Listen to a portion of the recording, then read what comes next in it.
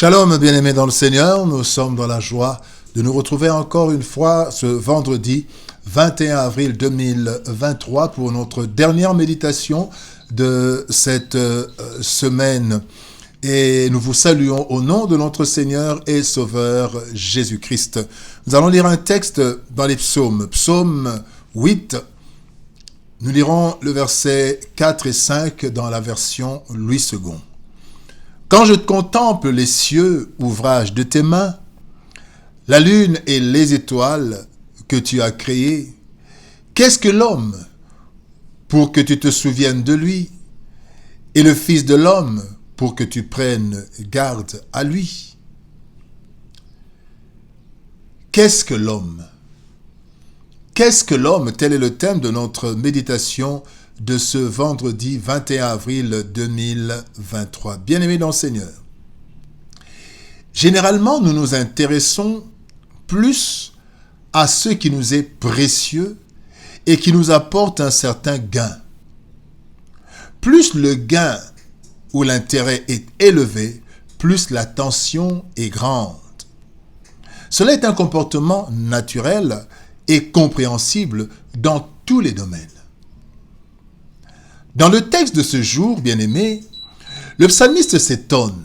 Il s'étonne pourquoi? Il s'étonne de l'intérêt que Dieu, le Créateur tout-puissant, porte à l'être humain, qui paraît pourtant insignifiant par rapport au reste de l'ouvrage divin.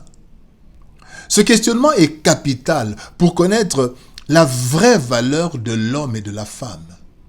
Il est dit, il créa l'homme, il les créa homme et femme. En fait, ils ont été créés les derniers, l'homme et la femme, dernière créature, mais, bien aimé, sur l'homme, Dieu porte une attention particulière. Voilà pourquoi le psalmiste demande, qu'est-ce que l'homme pour que tu prennes soin de lui? Qu'est-ce que l'homme? Nous allons tirer quelques leçons de ce texte de ce jour. Premièrement, nous voulons parler de l'immensité de la création. L'immensité de la création. Dans Matthieu chapitre 9, verset 6, la Bible dit, « C'est toi, Éternel, toi seul, qui a fait les cieux des cieux et toute leur armée, la terre et tout ce qui est sur elle, les mers et tout ce qu'elle renferme. Tu donnes la vie à toutes ces choses et l'armée des cieux se prosterne devant toi. » Bien-aimés, les cieux des cieux, toute leur armée, tout ce qui est sur la terre. La création ou l'univers est immense et complexe. Déjà, ce que nous voyons, bien-aimés, est énorme et nous ne voyons qu'une infime partie, en fait, de l'univers. En effet, le système solaire dans lequel nous habitons compte le Soleil, la Lune et 8 planètes. Et cela, c'est le résultat officiel. C'est ce que les scientifiques ont découvert, 8 planètes. Mais il y a aussi plusieurs réalités invisibles dans la création. Voilà pourquoi Colossiens chapitre 1er verset 16 nous dit « Car en lui ont été créées toutes les choses qui sont dans les cieux et sur la terre, les visibles et les invisibles. » Les invisibles, les visibles, on les voit. Les invisibles, on ne les voit pas. Peut-être avec des appareils, peut-être avec des microscopes, mais il y a encore d'autres choses qui existent qu'on ne voit pas. Toutes les choses devant lesquelles nous nous émerveillons, le ciel, la mer, l'océan, toutes ces choses, bien-aimés, sont moins nombreuses que celles qu'on ne voit pas. Devant cette petite partie de la création visible, le psalmiste est ébloui, comme nous le sommes souvent. Mais c'est juste une partie. Quand je contemple le ciel et ce que tu as créé. Deuxième leçon, nous voulons parler de l'attention divine particulière. Dans le psaume 8, toujours, versets 6 et 7, il est dit, tu l'as fait, donc l'homme, tu l'as fait de peu inférieur à Dieu et tu l'as couronné de gloire et de magnificence. Tu lui as donné la domination sur les œuvres de tes mains. Tu as tout mis sous ses pieds. Lorsque nous voyons la petite taille de l'être humain par rapport à l'univers, sa faiblesse apparente, il y a de quoi se demander pourquoi Dieu prend-il soin de l'homme à ce point? Cela est allé jusqu'au sacrifice suprême du Christ pour sauver un être minime à la taille presque négligeable par rapport à l'univers. Et chose étonnante, c'est l'homme créé, le dernier, qui reçoit de Dieu les meilleures attentions et que le Seigneur prend comme associé dans cette œuvre qu'il a créée pourtant sans l'intervention de l'être humain.